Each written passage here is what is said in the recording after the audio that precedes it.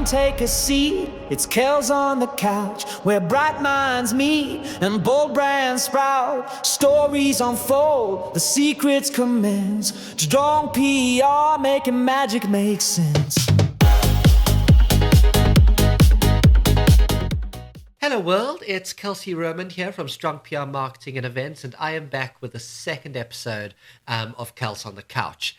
We are here talking about the industry, the events industry, talking with industry professionals and of course strong PR personnel, where you can just get to know us a little bit better.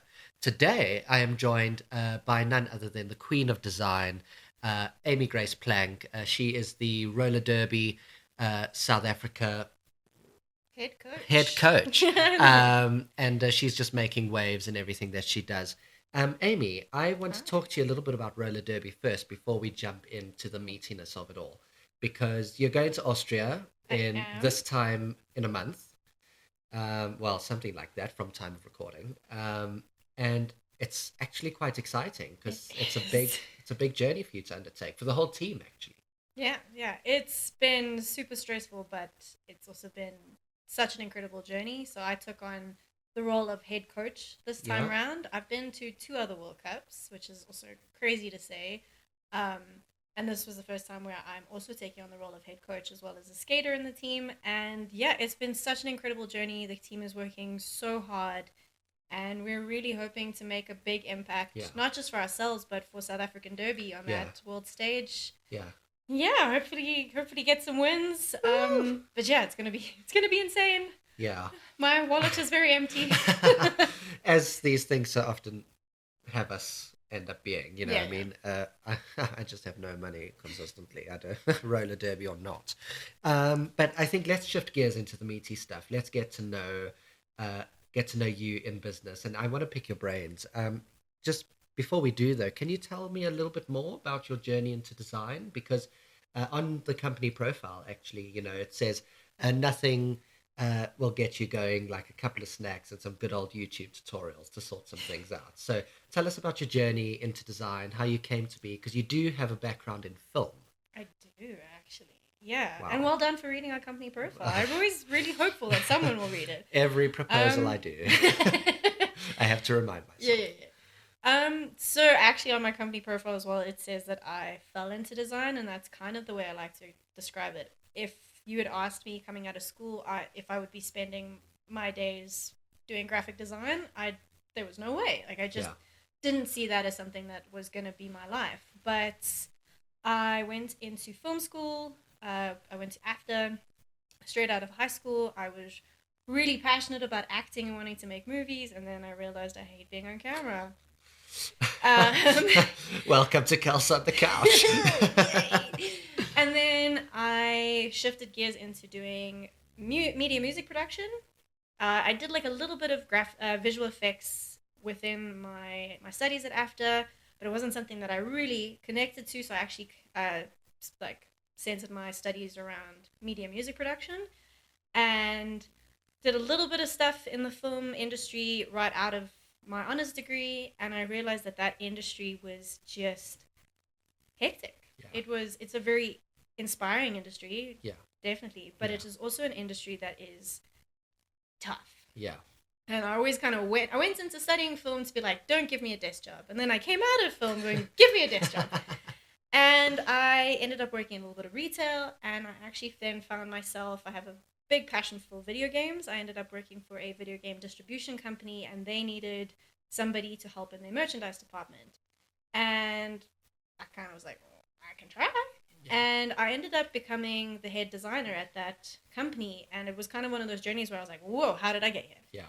And moving into strong PR was a big jump for me because I'd never had like any formal training as a graphic designer. I had like this huge level of like imposter syndrome. So I was like, I'm not a graphic designer, but I applied for the job at Strong PR. From the offset, I could see that this was a company I really wanted to be with. And they gave me a design challenge as part of my interview process. Wow. And I didn't know that. Yeah. It's part of the way that graphic designers get interviewed. I suppose it would be. Yeah. And it's like a little bit of a a spicy topic about, because like sometimes people feel like that's free work, but it's also very important that people can see that you can take a brief and it's not just working in your happy space. Because obviously in our portfolios we'll show all our beautiful stuff, and sometimes you get a brief and you're like, I genuinely don't know what to do with this. So that was a really cool thing to undertake, and sitting with Mika and Haki, I could see this was a space I could grow in. So when I say that I can do anything if you just give me some time and feed me appropriately, and YouTube, I'm not ashamed to say that a lot of what I've learned has been from Googling. I think I'm very good at Googling. I put it on my CV. I'm good at Googling, and YouTube tutorials are an incredible space for people to learn skills that can actually get you a job one day. So that's where I am. Yeah, and I think we are quite a powerful creative space, and I must say you are probably my favorite person to work with. Because I will just have to be sure not to repeat this for any of the other episodes. I'll be listening. I know you will. I'll be listening. At least you will be listening.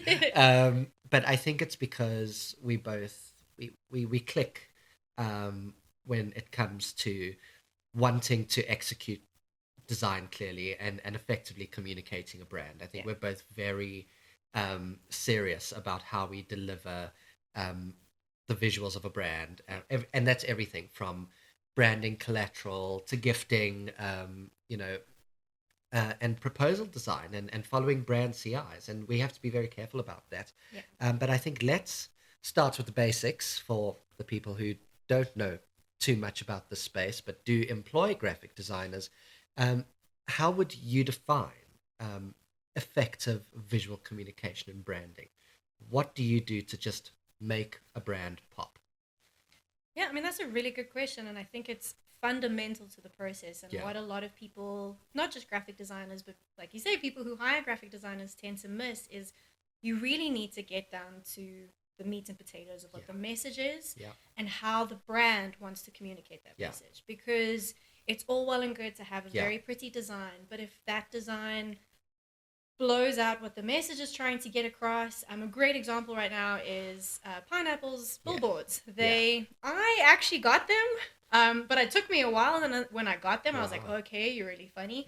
But they tried something and it blurred the message of what they were trying to communicate, which is, hey, we sell insurance. And they've actually spun it into a really fun marketing strategy of like going, well, we messed that up, but we sell insurance.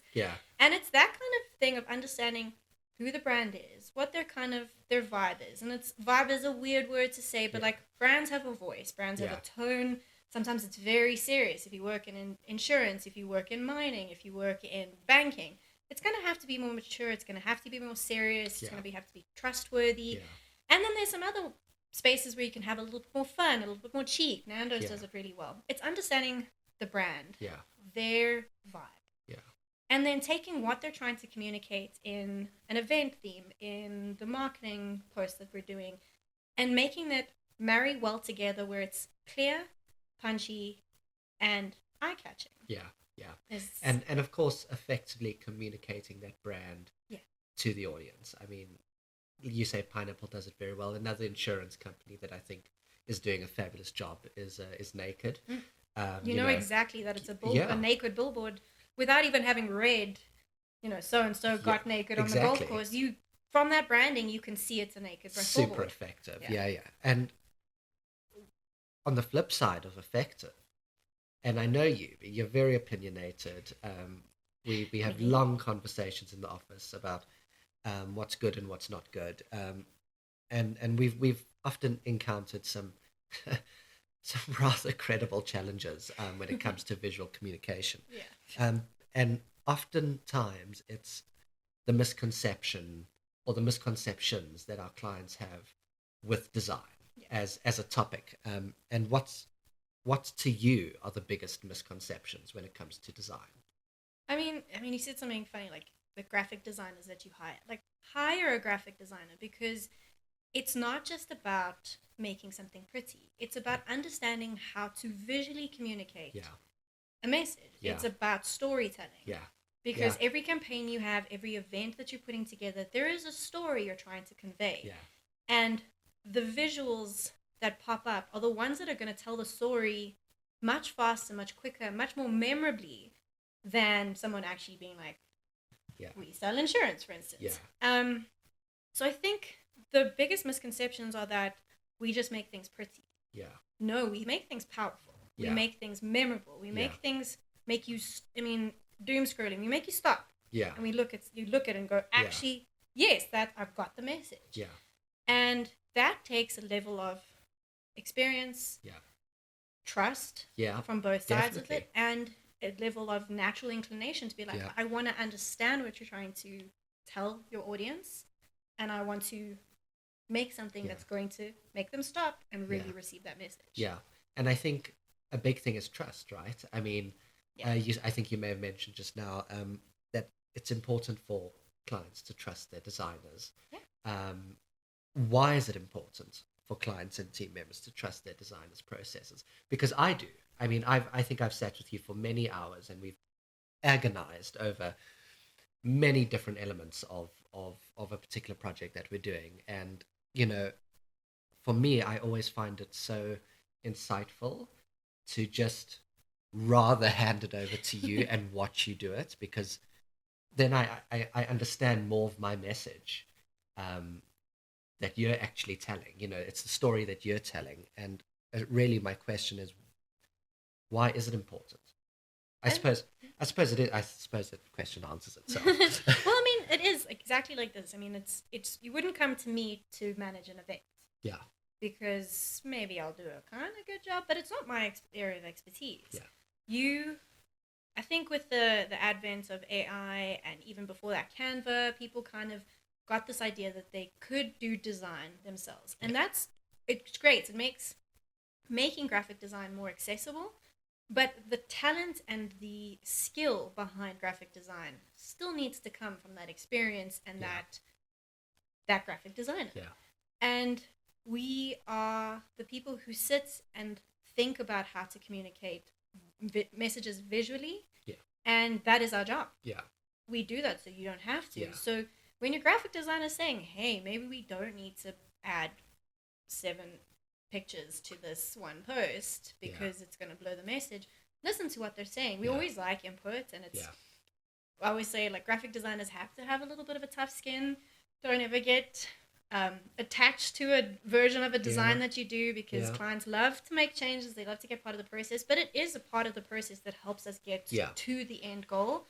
But hear what your graphic designer is saying. If they think that there is a better way to communicate something and that they have a great idea, listen to what they're saying. You know your brand, so obviously bring that to the table, but listen to what they're saying.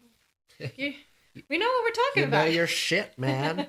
But then what happens when people don't listen to the designer? I mean, do you have any war stories that you can share?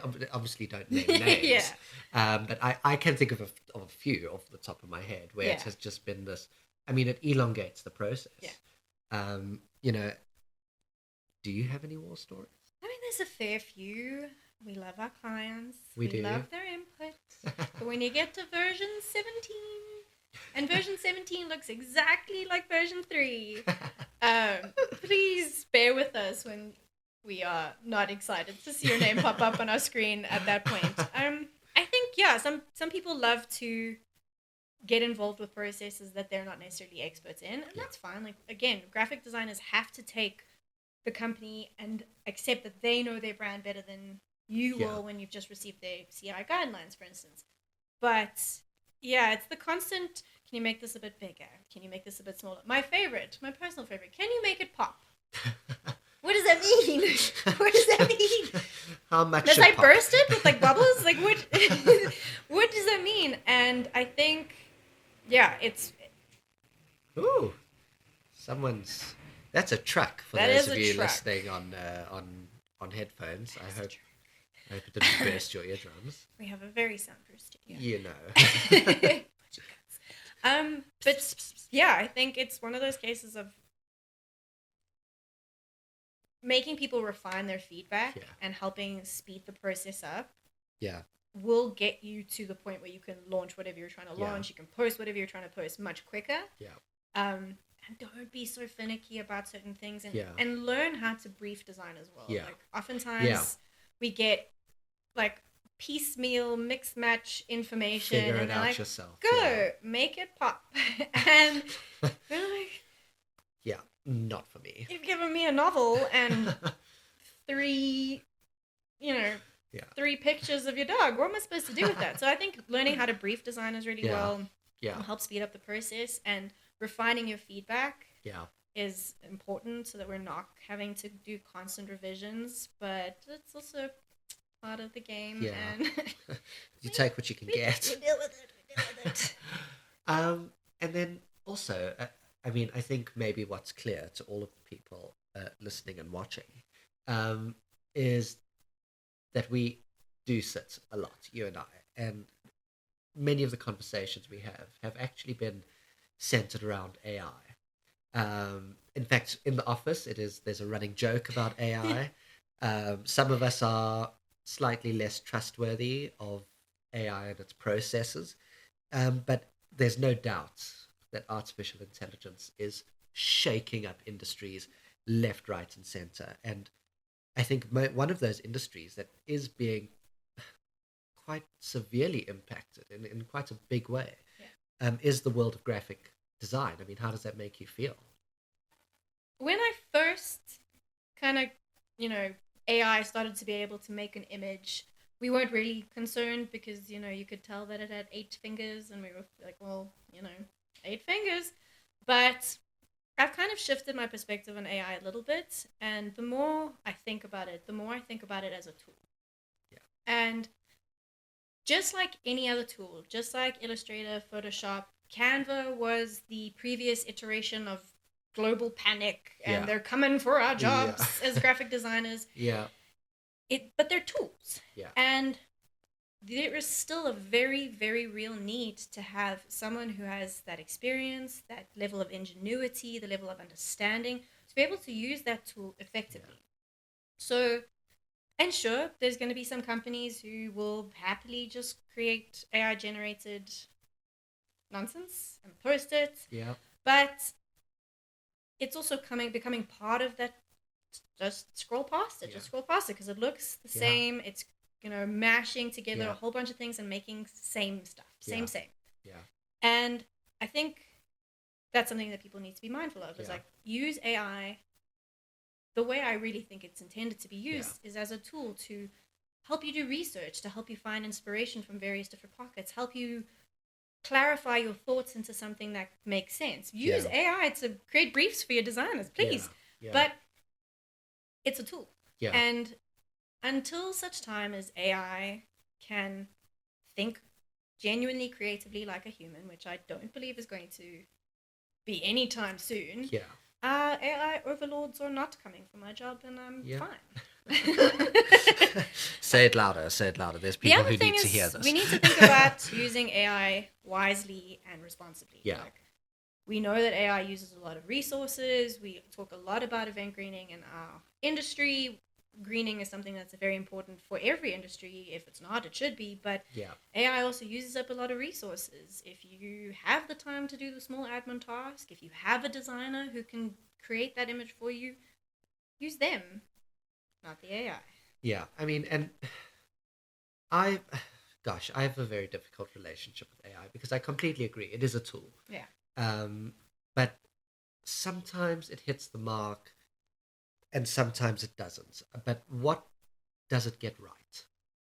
Because there's a big and about the pros and cons of artificial intelligence, which we could go on and on and on about, but we've only got 7 minutes for this. So what do you think it gets right? I mean, is there something where we can use it positively? I mean, I think it does. I mean, like I say, I think it's a great tool. It can research and pull resources from all pockets of the internet faster than I could ever do given 3 months. Yeah. It does that in a couple of seconds. So using AI as a starting point, using AI as a way to generate some ideas for yourself, use it as some inspirational things, or help you point you in some ways that you can go and look. That's a great way to do it. I think when we're using AI to start middle, and end a project, that's when we're really losing what uniqueness humanity brings to a project. And as again, like I say, AI is a great tool. It doesn't have the ingenuity of a human. Use it to kickstart things off. Use it to polish something. You know, if you've just spat out a whole bunch of ideas in a mind map or something and you want to help it flesh it out, cool. Go use ChatGPT. Go use Meta AI. Go use Gemini. Whatever your thing is. But don't forget to go over and give it that human touch that we are lacking in so much of this AI-generated content. Yeah, and, you know, human emotion and intuition in design is still such a powerful thing. And I completely agree. AI should be a tool. Yeah. I don't see it as a threat, but I do see it as something that definitely prohibits the beautiful work that humans do, and we should be more appreciative of our designers. Yeah. And it also isn't a particularly green thing either. I mean, you know, all of the servers that are being used to I read something, generate that don't stuff. quote me on this, but especially with the way it's developed, you know, it would consume, obviously, in the way that it needs cooling for the servers and land use and that kind of thing. It would consume a bottle of water maybe once every 50 responses back in ChatGPT version 1. Now it's consuming a bottle of water 1 in every 4 responses. That's a lot that we need to consider. Yeah. I also think ChatGPT AI, it's not going to take the risks that humans will have a gut feeling on. Like, you know, when you're like, this is probably not the safest bet, but if we get it right, it's going to be great. Yeah. And AI is always going to play it safe because it's going to, you know, analyze the situation. It's going to take all of, you know, the success stories and things. And sometimes you need to take the risk. I also think the day that ChatGPT takes over our jobs is the day that we let it. Yeah. It's not going to happen because suddenly it grows a mind of its own. And Quite profound that. Yeah. But it's going to be the day when we are accepting of all the AI generated content as the norm, as a good standard. Yeah. And I hope we never get to that point where we're like, yes, that is the way we need to proceed, because that'll be the day we give it our jobs. Yeah. But until then, trust your designer. Yeah. Trust your events manager too. We are curators of experiences. But I think then what's clear from this discussion is that you are a creative powerhouse, I think. And I can say that from the bottom of my heart, because you are. In fact, we all are at Strong PR Marketing and Events. Yeah. But the creative industry can be super intense. How have you learned? And you know, you combine it with not only Strong PR and the work that you do, but I mean, you're vice captaining roller derby. You're on the governing body of the group, of the global group that astutes roller derby. I mean, how do you strike a balance? I'm always so interested, because I look at you and I go, girl, you got your shit together, you know? Oh my grace. Not at all. That is a great question. It's something I'm having to learn a little bit more about, because historically I've not been very good with the work-life balance. Work in all its forms, like you say, like it's my day job, my 9 to 5. It's then the stuff that I do for my roller derby league, both at home, for Team South Africa, globally. I tend to take on a lot, and I'm in a space in my life where I'm really having to strike that balance. Yeah. And understand that I will only be able to continue doing the work I do at the standard I want to do it at if I give myself time to have for me, to do the things that I really enjoy doing. I have a problem, and I think you're someone like me, where you kind of turn every aspect of your life into a job. Yeah.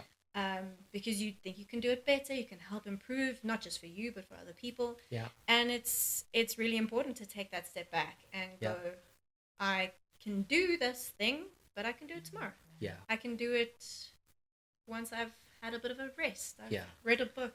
I've gone to play video games. I mean, I Yeah. love video games, Yeah. and my life had gotten so busy at some point where like I hadn't played anything in years, Yeah. and it was shocking to me. And I was Yeah. like, "Whoa, hang on." So I think that's important is recognizing that if you're someone who values your output and you're someone who's proud of your output will only be able to maintain itself and progress Yeah. if you give yourself some time off, some time to enjoy the little things, and some time to rest. Say it louder. And then just to kind of wrap this whole discussion up, and it's been just super insightful. I think just understanding your viewpoint on all things design, and of course letting everybody know, clients and suppliers alike, on why we need to be aware of our designers and their capabilities and the beautiful things that they can do and achieve for our businesses. But I always like to kind of bring it back to the people that are also trying to get there and to get to where we are as a company. And I would just like to know, what advice would you give to creatives that are struggling to set boundaries and manage their workload and still pull off amazing designs and just rock it? Yeah. That's a really great question, and I wish someone had told me when I was starting something like this. But there's a few things. Don't be afraid to learn. Don't be Of course. afraid to make mistakes, and Yeah. don't be afraid to say no. Always. It's hard when you're starting out. You want to be that person who can do everything, be everything for everybody, but you have to be the best you can be for yourself first. That gives you the space to learn, to grow. And you also have to understand that you can't do everything if you're trying to do everything. Yeah. You need to say no to some things or push some things down the line. I am a big, big advocate of making to-do lists, and I bullet journal. 100% recommend. Yes, Good old paper. I've seen your journal. And I'm envious, actually. and it's a good way for you to have a look at all the things you have going on and prioritize. Absolutely. And don't be afraid to say to people, this is what I'm working on now. You'll come in here.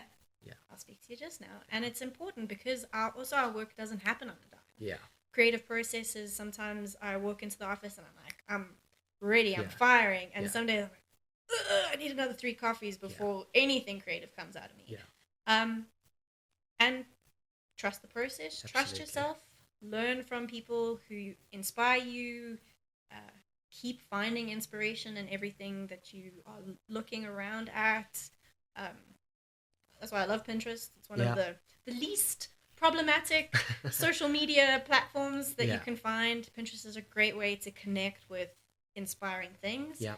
And don't be afraid to say no. Sometimes you got to make sure that you're doing the best for you and for your work. Yeah, absolutely. And I think that is the lesson of today. Don't be afraid to say no. And humans are capable of doing great things and Yeah. taking big risks and and of course finding great reward. Give them the time to do it. If you give them the time to do it. And I think I'm going to just wrap up here. Thank you so much for chatting with Thank me. you. This was a I'll lovely see you in the conversation. office a I'll little see bit you in the later. office. Ladies and gentlemen and everybody in between, this is Kelsey Roman from Strong PR Marketing and Events with the second episode of Kels on the Couch. I hope to see you guys soon on YouTube and LinkedIn. Follow us at Get Strong PR, and we'll chat to you soon. Have a good one. Cheers. Strong PR, making magic make sense.